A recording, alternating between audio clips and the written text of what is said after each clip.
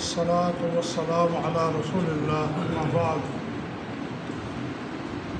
نبی کریم صلی اللہ علیہ وآلہ وسلم آپ جب پیدا ہوئے تو آپ کے والد محترم جو ہیں وہ پہلے فوت ہو چکے تھے، یعنی آپ علیہ السلام پیدا ہی یتیم ہوئے تھے۔ اس لیے خاندان میں بہت زیادہ اس بات کی خوشی کی انہوں نے کہ ہمارے بھائی کا سلسلہ نسل جو ہے وہ آگے چل پڑا ہے، اور وہ سب نے اپنے اپنے طور پہ خوشی کا اظہار کیا۔ ان میں ابو لہب بھی شامل تھا۔ وہ اسلام نہ قبول کیا اس نے۔ جس لونڈی نے آ کر اسے یہ خبر دی تھی کہ آپ کے مرحوم بھائی عبداللہ کے ہاں بیٹا پیدا ہوا ہے، تو کہتے ہیں اس نے اس لونڈی کو اشارے سے آزاد کر دیا کہ جاؤ تم آزاد ہو، تم نے مجھے اتنی اچھی خبر دی ہے۔ اس کے بعد اگلا حصہ جو جوڑا گیا اس بات کو بڑھانے کے لیے کہ ابو جہل کو جہنم میں ہر ہفتے اس انگلی سے یا انگوٹھے سے پانی ملتا ہے، وہ جو منہ میں ڈال کے چوستا ہے کہ اس نے خوشی منائی تھی، میلاد منایا تھا ان کے الفاظ میں۔ یہ بات اگلی جو ہے یہ کھڑی ہوئی موضوع ہے، کہیں اس کی روایت نہیں ملتی کسی بھی حدیث سے مستند حوالے سے۔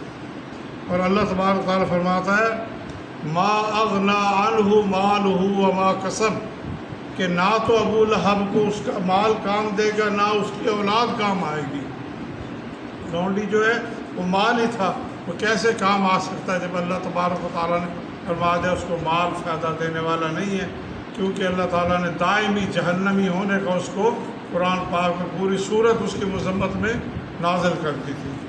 تو اسلام میں خوشی ہے، سب کے یہاں بچے پیدا ہوتے ہیں، بچیاں بچے ہوتے ہیں، سب گھر والے خوش ہوتے ہیں اللہ کے نبی کی پیدا کر، لیکن یہ جو اگلے سال پھر اس کی خوشی منانا، اسلام میں اس کا کوئی تصور نہیں ہے، جسے سالگرہ کہا جاتا ہے۔ اسلام میں ایسی خوشی کا کوئی تصور نہیں ہے، سالگرہ منانا کہ ہر سال اس دن کو خوشی کے طور پہ منانا، یا کوئی فوت ہو گیا ہے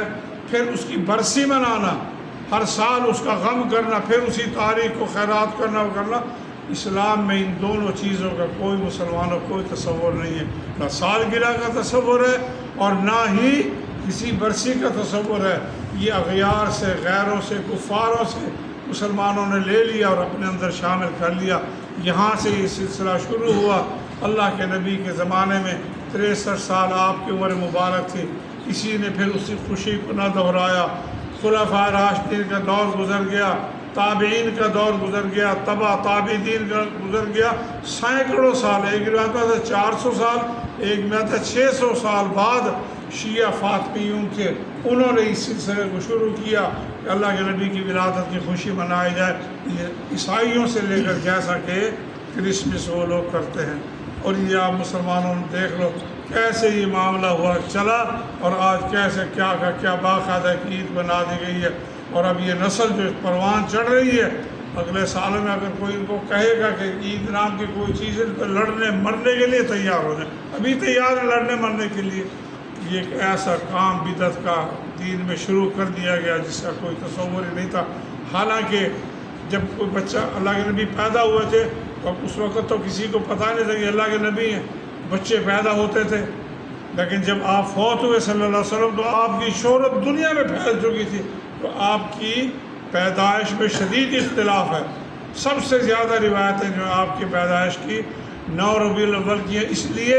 کہ عیسوی حساب سے پیر کا دن جو ہے 9 ربیع الاول کو بنتا ہے، اپریل کی کوئی تاریخ ہے اور پیر کا دن جو ہے 9 ربیع الاول کو بنتا ہے، 12 ربیع الاول کو تو بنتا ہے، لیکن آپ کی وفات پہ تو پوری امت کا اتفاق ہے کہ آپ علیہ السلام 12 ربیع الاول کو فوت ہوئے تھے۔ اور کیا حالت تھی، سیدہ فاطمہ الزہرا رضی اللہ تعالیٰ عنہ ابا جی کا پتہ کرنے کے لیے حاضر ہوئی، اللہ کے نبی کی تکلیف دیکھی، واہ، کہنے لگے ابا جی کی آئے ابا جان آپ کو اتنی تکلیف ہے، تو نبی کریم صلی اللہ علیہ وسلم نے فاطمہ کو قریب کیا اور ان کے کان میں کچھ کہا، انہوں نے رونا شروع کر دیا۔ جب روتا دیکھا بیٹی کو آپ نے پھر بلایا، پھر ان کے کان میں کچھ کہا، پھر وہ رونا بند کر دیا، اور بلکہ وہ تھوڑا سا خوش ہو گئے اس بات پر۔ یہ 12 ربیع الاول کے دن کی بات اندازہ کیجئے، یہ حالت ہے اللہ کے نبی صلی اللہ علیہ وسلم کی کہ آخری کمزوری نقاہت ماں فرماتی ہیں آپ کا سر مبارک میری جھولی میں رکھا ہوا تھا، اور آپ صلی اللہ علیہ وسلم میں طاقت نہیں تھی کہ میں اپنا ہاتھ اٹھاتے، ساتھ ایک پیالہ پڑا ہوا تھا، میں آپ صلی اللہ علیہ وسلم کے ہاتھ کو اس پیالے میں ڈبو کر اور آپ کے ہاتھ مبارک ان کے چہرے پہ پھیر رہی تھی برکت کے لیے کہ اللہ کے نبی کا ہاتھ ہی برکتوں والا ہے، اور میں بار بار اللہ کے نبی کیا فرما رہے تھے، عائشہ موت کی تو بڑی تکلیف ہے، موت کی تو بڑی شدت ہے، اور ماں فرمایا کرتی تھی رضی اللہ تعالیٰ عنہ، عائشہ فرماتی تھی کہ میں نے اللہ کے نبی کی سکرات الموت جو دیکھی اس کے بعد مجھے کسی کی سکرات پر کوئی تعجب نہیں ہوتا تھا کہ اللہ کے نبی کو اتنی سکرات لگی موت کی تو اور لوگوں کا کیا حال ہوگا۔ یعنی اس غم اور شدت میں اللہ کے نبی صلی اللہ علیہ وسلم کا 12 ربیع الاول کو پیر کے دن، آپ کا پیر کے دن پیدا اور پیر کے دن ہی آپ کا انتقال ہو گیا، 9-10 بجے کے قریب کا ٹائم تھا۔ آج مسلمان اسی 9-10 بجے کے قریب جشن منائیں گے۔ سوچئے گھر میں کوئی بندہ پیدا ہو، اسی دن ان کے گھر میں فوتگی بھی ہو تو کون جشن کی طرف جائے گا، خوشی کی طرف جائے گا؟ سب کے سب غم زدہ ہوں گے۔ حقیقت یہ ہے کہ اللہ کے نبی کے صحابہ غم زدہ، فاطمہ رو رہی ہے، حسنین کریمین ازواج مطہرات سارے کے سارے غم زدہ۔ اگر اسلام میں کوئی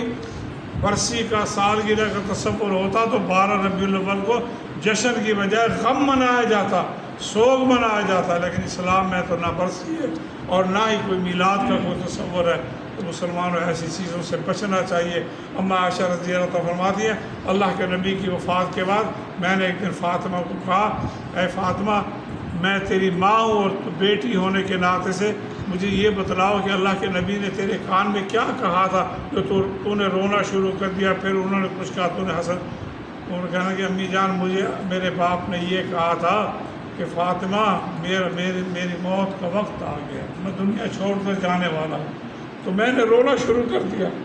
پھر آپ نے جب مجھے روتے دیکھا فرمایا فاطمہ میرے خاندان میں سب سے پہلے تو مجھے ملے گی آ کر، اور وہی ہوا۔ سیدہ فاطمہ الزہرا کچھ مہینوں کے بعد ہی آپ کا انتقال ہو گیا، اور خاندان میں سب سے پہلے اللہ کے نبی کو ملنے والی کون تھی؟ آپ کی پیاری بیٹی۔ 3 بیٹیاں آپ کی زندگی میں پہلے فوت ہو چکی تھے، آپ کے 3 بیٹے پہلے بچپن میں فوت ہو گئے تھے، یہ ایک ہی بیٹی موجود تھی جو چند مہینے کے بعد فوت ہوئی۔ اب مسلمانوں چاہے آپ جشن منا لو، اس غم کے موقع پر صحابہ بے ہوش ہو کے گرے۔ ماں فرماتی ہیں میرے والد ابو بکر صدیق اپنے گھوڑے پر، ان کا گھر دور تھا، گھوڑے پر آئے، گھوڑے کو باہر باندھا اور حجرہ مبارک میں تشریف لے گئے، اور آپ کا جسم اطہر ایک یمنی چادر میں لپٹا ہوا تھا، آپ فوت ہو چکے تھے۔ چہرے مبارک سے انہوں نے کپڑا ہٹایا، ماتھے پہ پیشانی پہ بوسہ دیا اور فرمایا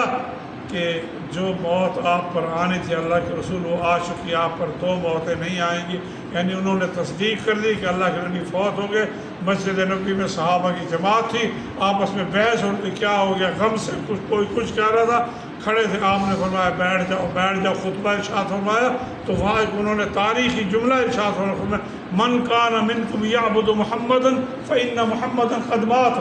ومن کان اللہ سبحانہ وتعالی ان اللہ حی لا یموت۔ دیکھو لوگو،